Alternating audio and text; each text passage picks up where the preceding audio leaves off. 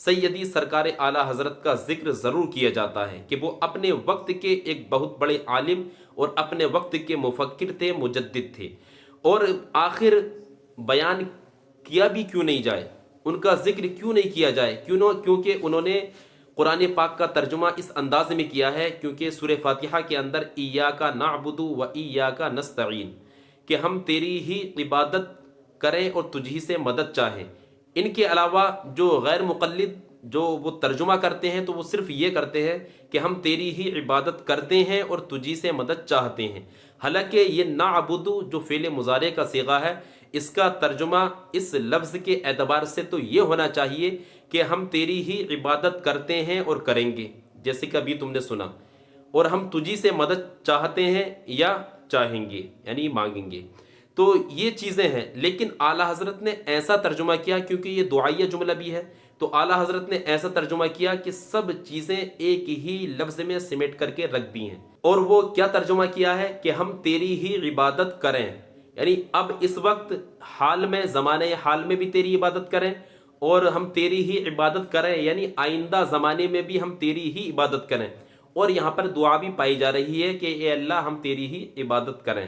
یعنی ہمیں ایسا جذبہ عطا فرما کہ ہم تیری ہی عبادت کریں۔ تو اعلیٰ حضرت کا جو ترجمہ ہے اس میں حال اور استقبال دونوں کے معنی کو سمیٹ دیا گیا ہے، اور دعا کو بھی اسی کے اندر سمیٹ دیا گیا ہے کہ ہم تیری ہی عبادت کریں اور تجھی سے مدد چاہیں۔ یہ اعلیٰ حضرت کی خصوصیت ہے اور آپ کے ترجمے کی یہ شان ہے کہ آپ نے اس انداز میں ترجمہ بیان کیا ہے۔ اور اعلیٰ حضرت کے ترجمے کو جب پڑھا گیا تو پھر ایک ہی شعر ذہن میں آیا، اور وہ کیا شعر ہے کہ سنی میزائل جسے کہتے ہیں لوگ،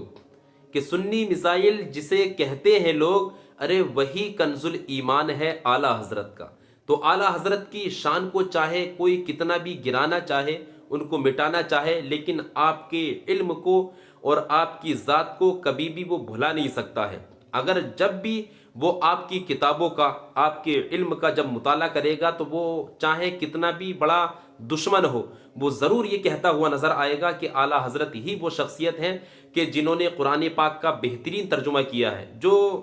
اپنے وقت کے ایک بہترین عاشق رسول بن کر آپ نے دکھایا ہے، اور عاشق رسول ہی کے طریقے پر وہ اس دنیا سے گئے ہیں۔ ہر انسان جانتا ہے کہ حضور سیدی سرکار اعلیٰ حضرت نے کس طریقے سے اپنے عشق کا اظہار کیا، کہ کیسے نبی پاک سے وہ عشق کیا کرتے تھے، اور نبی پاک کے ہر پہلو کو، ان کی زندگی کے ہر طریقے کو آپ نے اپنے اشعار کے اندر محبت بھری انداز میں لوگوں کے سامنے پیش کر دیا۔ تو آپ لوگ جو بھی اس انجینئر مرزا کو دیکھتے ہو، یاد رکھو کہ یہ دوگلا آدمی ہے،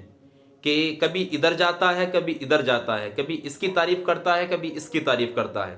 اور یہ اپنے طریقے سے لوگوں کو گمراہ کر رہا ہے، اور اپنے طریقے سے لوگوں کے ایمان کو یہ خراب کر رہا ہے۔ یاد رکھو کہ ہرگز ایسے انسان کی ویڈیو مت دیکھو، اور نہ ہی ایسے انسانوں کی باتوں پر تم یقین کرو، کیونکہ آج یہ اعلیٰ حضرت کی تعریف کر رہا ہے اور کل یہ اعلیٰ حضرت کی برائی کرتا تھا، اور آنے والے وقت میں بھی کوئی ٹائم، کوئی وقت ایسا آئے گا کہ یہ اعلیٰ حضرت کی کسی بھی بات کو لے کر کے برائی کرتا ہوا نظر آئے گا۔ تو یاد رکھو، جو کبھی اچھا کہنے لگے، کبھی برا کہنے لگے، اپنی مرضی کے مطابق وہ کام کو کرتا ہو، تو ہرگز ایسے لوگوں کی باتوں میں آپ بالکل نہ آئیں، بلکہ آپ ان کی باتوں کو سنیں جو کہ شریعت کے مطابق بولتا ہے اور شریعت پر چل کر کے زندگی گزارتا ہے، اور اپنی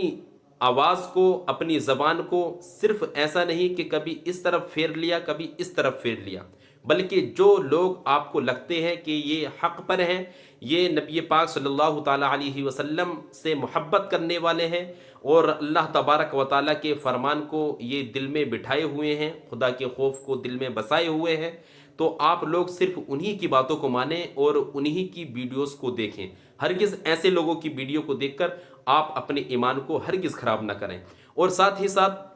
میں آپ کو ایک چیز اور بتاتا ہوا چلوں کہ یہ سائٹ میں جو اسٹیکر لگ رہا ہے فاطمہ اکیڈمی کا، تو آپ تمام حضرات سے اس رمضان المبارک کے مہینے میں گزارش ہے کہ اس فاطمہ اکیڈمی کے اندر ماشاءاللہ کچھ بچیاں تعلیم حاصل کر رہی ہیں اور بڑے بہترین طریقے سے کام کو انجام دیا جا رہا ہے، تو آپ اس رمضان مبارک کے مہینے میں اس اکیڈمی میں یعنی فاطمہ اکیڈمی میں ضرور ڈونیشن کریں۔ جتنا بھی آپ اپنی مرضی کے مطابق دینا چاہتے ہیں، 100، 50، 500، 1000، 2000، جتنا بھی آپ دینا چاہتے ہیں تو آپ اس QR کوڈ پر اسکین کر کر دے سکتے ہیں۔ اور ساتھ ہی ساتھ ایک چیز اور سنتے ہوئے جائیں کہ اگر کوئی اس فاطمہ اکیڈمی کے لیے کوئی کتابیں دینا چاہتا ہے تو اس دیے ہوئے نمبر پر وہ کانٹیکٹ کر سکتا ہے، چاہے وہ کسی بھی طریقے کی کتابیں ہوں جو عالم کورس کے اندر پڑھائی جاتی ہیں، ان کتابوں کو، یا کوئی مطالعے والی کتابیں ہوں، اگر ان کو وہ اس فاطمہ اکیڈمی کے اندر رکھوانا چاہتا ہے تو وہ اس نمبر پر کانٹیکٹ کر سکتا ہے۔ انشاءاللہ پوری جانکاری اس نمبر پر آپ کو حاصل ہوگی، اور اس ویڈیو کو اور ان تمام باتوں کو آپ حضرات ضرور اپنے دوست و احباب تک شیئر فرمائیں۔ خدا حافظ۔ السلام علیکم ورحمۃ اللہ تعالی وبرکاتہ۔